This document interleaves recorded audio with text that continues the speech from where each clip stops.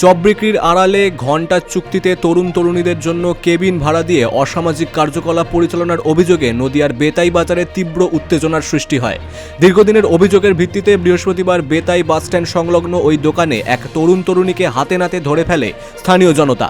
প্রকাশ্যে এলো জনবহুল এলাকায় যেখানে স্কুল মন্দির রয়েছে সেখানে এই ধরনের কাজ চলায় ক্ষুব্ধ জনতা দোকান ভাঙচুর করে। বড় হয়েছে বেতাই বাজারেই বড় হয়েছে, দীর্ঘ 40 বছর বয়স হলো আমার প্রায়। আমাদের অভিজ্ঞতা নেই এরকম কোনো ঘটনা ঘটেছে বেতাই আগে। কিন্তু চপ বিক্রির আড়ালে যে এরকম একটা ঘটনা, এরকম একটা ব্যবসার সাথে জড়িত, আমরা এটা দেখে লজ্জিত। বেতাই বাসী হিসেবে আমাদের লজ্জা, এটা হওয়া উচিত ছিল না। বেতাই যে কাজটা হয়েছে কি পয়সার বিনিময় করতো?